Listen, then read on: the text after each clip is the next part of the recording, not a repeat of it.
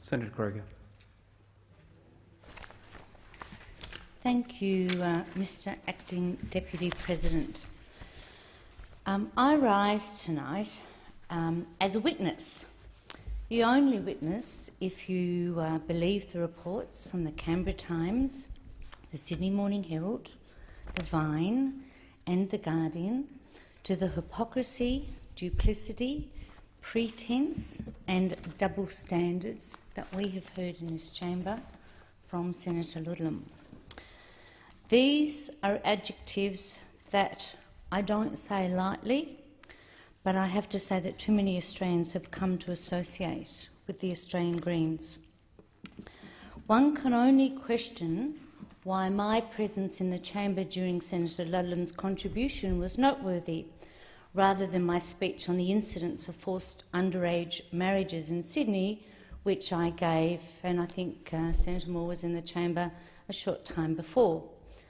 I still lament the physical and psychological suffering of those girls who are subject to underage marriage. Whilst my resolve on this issue does not waver, I do feel impelled to air my concerns, and the concerns that many Australians have shared with me about Senator Ludlam's diatribe. My colleague, Senator Sinodinos, and Senators Brown and McEwen from the opposition benches were also present for Senator Ludlam's vicious and malicious tirade, but I note that their presence was not reported in the media. Instead, the media chose to report such gems of spite and malice as, and I quote, "Prime Minister, you are welcome to take your heartless, racist exploitation of people's fears and ram it as far from Western Australia as your taxpayer-funded travel entitlements can take you." Now, while we're on the topic of taxpayer-funded entitlements, Mr Acting Deputy President, it should be noted that Senators Cash and Johnston are fulfilling their responsibilities as senators and ministers representing the state of Western Australia, and I have to say taxpayers have every right to expect that of them. Given the collapse of the Green vote, as evidenced in Tasmania, I muse whether sitting up the front of QF 719, the 7:10 p.m. direct flight to Perth this evening, is where Senator Ludlam might be. In last year's federal election, the Greens lost around 500,000 votes. In last Saturday's state election, and I would like to take this opportunity to extend my full and hearty congratulations to Premier-elect Hodgman and his terrific team, the Greens' support collapsed to 13%. This is not just symptomatic of Tasmania, Mr President. It is a key performance indicator for the Greens brand across Australia.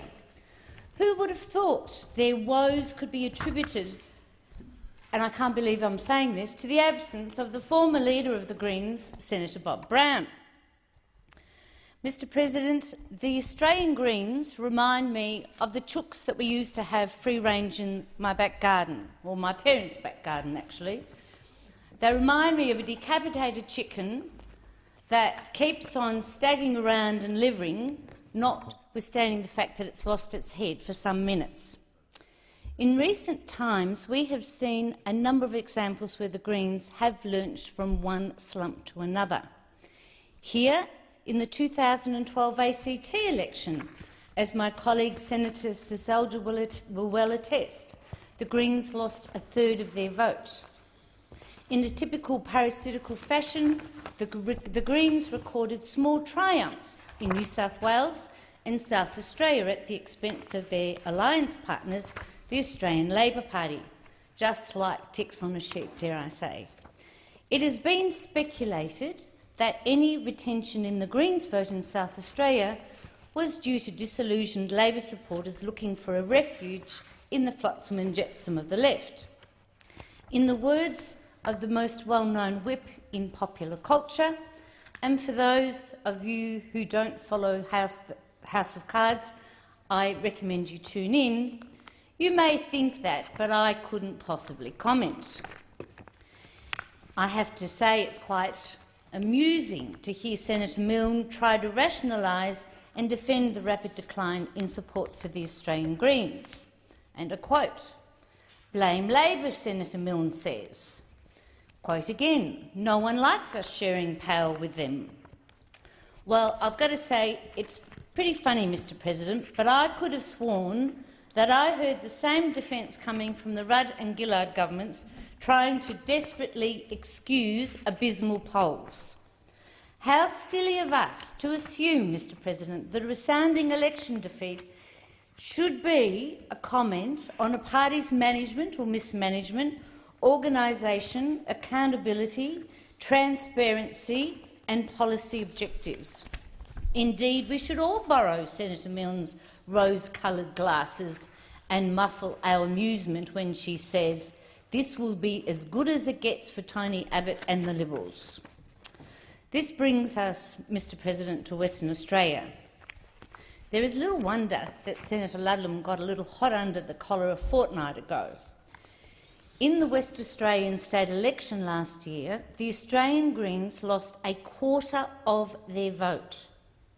In that state, under the leadership of Premier Barnett and his Liberal team, what they have seen is the economic impairment and mutilation that has plagued Tasmania under the Greens experiment.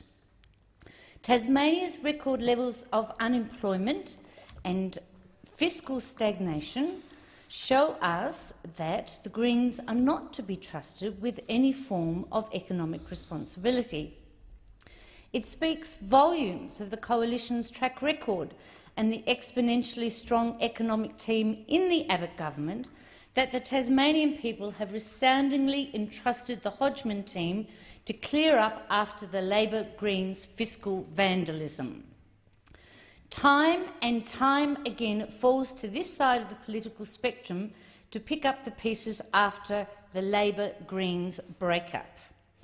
When people are up against it, Mr President, when backs are against the wall, things can get nasty. And things certainly got nasty on Monday the 3rd of March.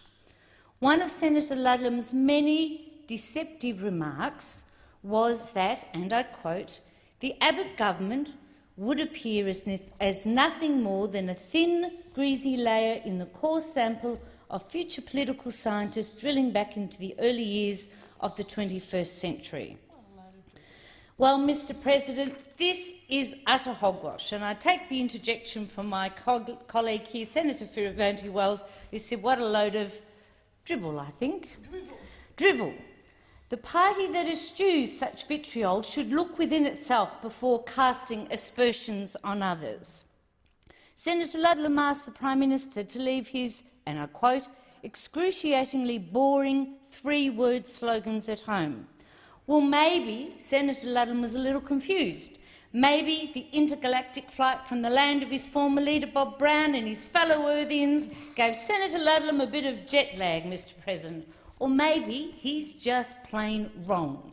Because on the Green MP's website you are bombarded with a multitude of excruciatingly boring slogans such as "sick of coal," "rallies for refugees," "stop government snooping," "defend climate action," or, if you want a two-word slogan from the Greens website, "save Medicare." It's riveting stuff, I've got to say, but I don't suggest you go there unless you want to waste a few precious minutes of your time. No wonder the Australian people are turning away from the Greens quicker than you can say carbon tax repeal. There is no vision for Australia's future, no plan for saving jobs, no action plan to directly help our environment, no infrastructure strategies, no transport blueprints, no economic strategies, and there are certainly no plans on that website to help small businesses. There is a policy vacuum coming from the crossbenchers, from the Greens, without a doubt. Education policy, non-existent. Defence policy, certainly missing in action.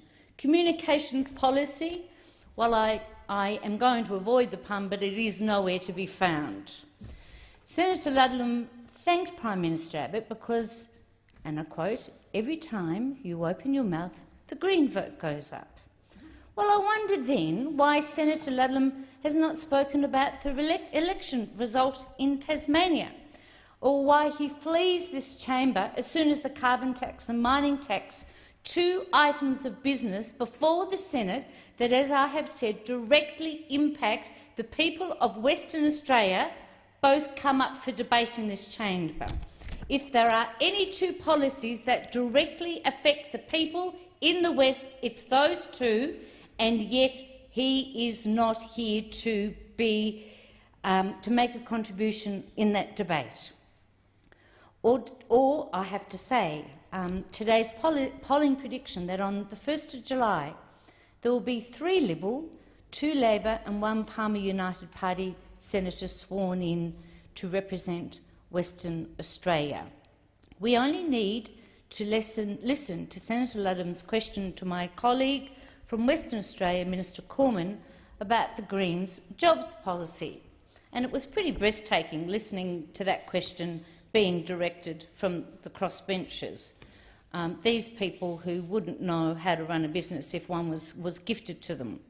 We know, and the people of Western Australia know, that to think of the Greens and jobs is, well, oxymoronic, to be straight up. The Australian Greens have done everything they can to kill the Australian manufacturing industry, to drive Qantas offshore and to make sure that all Australians are struggling under rising cost of living. And if anyone thinks that I am being partisan in suggesting that and tabling it here, they only have to look at the state of Tasmania and see what's happened to the economy of Tasmania since the Greens have wielded such influence in that state. Tomorrow, my colleague from Victoria, Minister Fifield, will move a procedural motion that enables the carbon tax and mining tax repeal bills to be put to a vote in the Senate this week. I ask, do Senator Milne and Senator Ludlam want to listen to the Australian people, or do they want to delay this vital vote until after the Western Australian Senate election? The Greens have a number of clear choices in the days and months to come. They can support the interests of Australian workers who honestly want clean unions and a clean building industry, or they can prop up the corrupt union bosses who want business to be conducted as usual. They can continue to pursue foolish, dangerous and peculiar campaigns, supporting Julian Assange and the WikiLeaks movement, or advocating for the traitor Edward Snowden.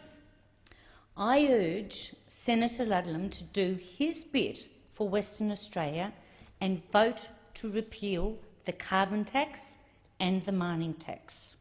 The Australian people made it known, loud and clear, that they want these taxes gone, and they voted with their feet at the federal election last year.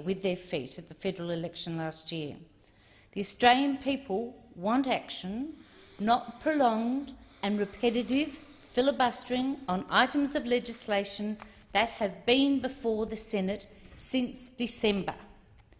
And in this chamber, we have now